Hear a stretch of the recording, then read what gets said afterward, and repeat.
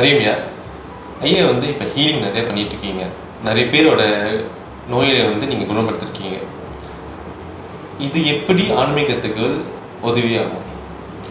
அழகான கேள்வி. அதாவது நம்ம செய்யக்கூடிய இந்த வைத்தியம், இந்த ஹீலிங், ஆழங்களை தொட்டு இதெல்லாம் செய்கிறது வந்து ஆத்மீகத்துக்கு எப்படி உதவியாக இருக்கும்னு கேட்குறேன். அழகான கேள்வி. பாரு, இந்த ஹீலிங், இந்த வைத்தியம் செய்யும் பொழுது என்ன நடக்கும்னா, ஆளுங்களை வந்து தொட்டு ஹீலிங் பண்ணும், அந்த சக்கரா கிளீனிங்லாம் நடக்கும். நம்ம உடம்புல பார்க்கும் பொழுது ஒரு 7 ஆதார சக்கரங்கள் இருக்கும். மூலாதாரத்திலேருந்து கடைசி சாஸ்திர சக்கரம் வரைக்கும் போகும். அதே நேரத்தில் வந்து நம்ம உடம்புல வந்து அளவுக்கு கோடிக்கணக்கான சக்கரங்கள் எல்லாம் இருக்குது. அது முடிந்து அதுக்கப்புறம் என்ன நடக்கும்னா, நம்ம செய்த பாவ புண்ணியங்கள், கர்மமும் தர்மமும் நம்ம உடம்புல இருக்கும். இதெல்லாம் பார்க்கும் பொழுது ஒரு ஆற்றல், நம்ம உடம்புல இருக்கக்கூடிய ஒரு ஆற்றல். இந்த ஆற்றல் வந்து நல்ல ஆற்றலாக இருக்கும், கட்ட ஆற்றலாக இருக்கும். கிரக தோஷங்கள், சாபங்கள், வஸ்து தோஷங்கள், நட்சத்திர தோஷங்கள், ராசி தோஷங்கள், லக்ன தோஷங்கள், பலவிதமான சாபங்கள் எல்லாமே எடுத்துகிட்டு வந்திருப்போம். நமக்கு எங்கே தான் கோளாறு நமக்கு தெரியாது. இதெல்லாம் என்ன செய்யும்னா, ஆத்மீகத்தில் நீ வந்து ஆத்மீகம் கடைப்பிடிக்கணும், இந்த ஸ்பிரிச்சுவல் லைஃப்பை கடைப்பிடிக்கணும், இல்லைன்னா ரிலிஜன் லைஃப்பை கடைப்பிடிக்கணும்னு நினச்சிக்கோங்க. ஆனால் யோகா லைஃப், ஒரு யோகா லைஃப் கடைப்பிடிக்கணும்னு நினச்சிக்க.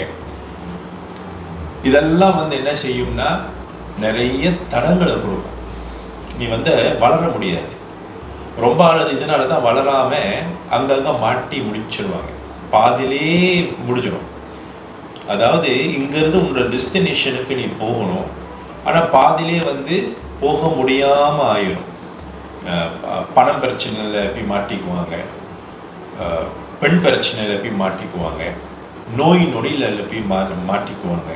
அதான் சுலபமாக சொல்லுவாங்க, மண்ணாசை, பெண்ணாசை, பொன்னாசைன்னு சொல்லுவாங்களே. ஏதாவது ஒரு இதில் போய் மாட்டிக்குவாங்க.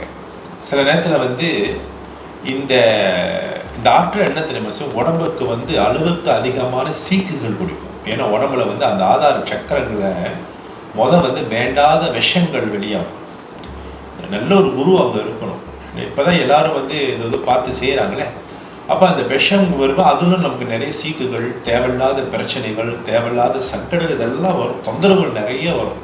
எந்த ரூபத்தில் தொந்தரவு வருது நமக்கு தெரியாது. அப்போ இந்த குருமார்கள் என்ன பண்ணுவாங்கன்னா, இந்த வைத்தியம் பண்ணும் பொழுது, தொடும் பொழுது என்ன நடக்கும்னா, குருமார்கள் முக்கியமாக 3 ரூபத்தில் வந்து பக்தர்களுக்கு அனுகிரகம் பண்ணுவார்கள். அதுக்கு பேர் வந்து தர்ஷனம், ஸ்பர்ஷனம், சம்ஹாசனம்னு சொல்லுவோம், சம்பாக்ஷணம்னு சொல்லுவோம். அதாவது குரு சிஷ்யரையை பார்க்கறது, சிஷ்யர் குருவை பார்க்கறது. ஒரு குரு வந்து சிஷ்யரை தொட்டு சரிப்படுத்துகிற, ஆசீர்வாதம் பண்ணுறது. அதுக்கப்புறம் வந்து அந்த குரு வந்து பேசுறது, உபனிஷதம் பேசுறது, கேட்கறது. இந்த ரூபத்தில் வந்து அந்த குரு வந்து அந்த ஷீடர்களோ, அந்த பக்தர்களோ, இல்லைன்னா மனிதர்களோ, மிருகங்களையோ, தாவரங்களையோ அவர் சரிப்படுத்துவார். அப்போ என்ன நடக்கும்னா, அந்த வைத்தியத்துக்கு நீங்கள் வரும் பொழுது, உங்களை தொடும் பொழுது என்ன நடக்கும்னா, சீக்குகள் இதெல்லாம் ஒரு பக்கம் குணமாகும். இன்னொரு பக்கம் வந்து ஆத்மீகத்தில் இருக்கக்கூடிய நிறைய தடங்கள், நிறைய பிரச்சனைகள், அதுவும் அங்கே சரியாகும்.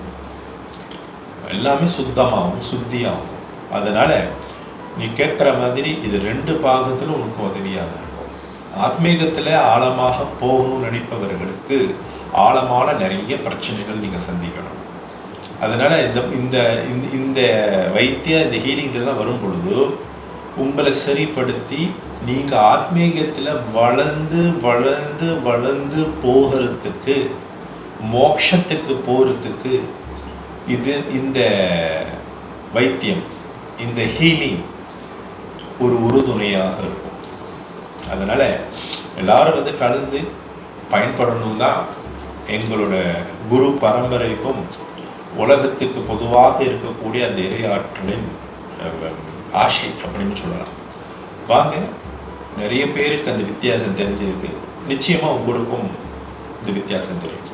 அறியும்.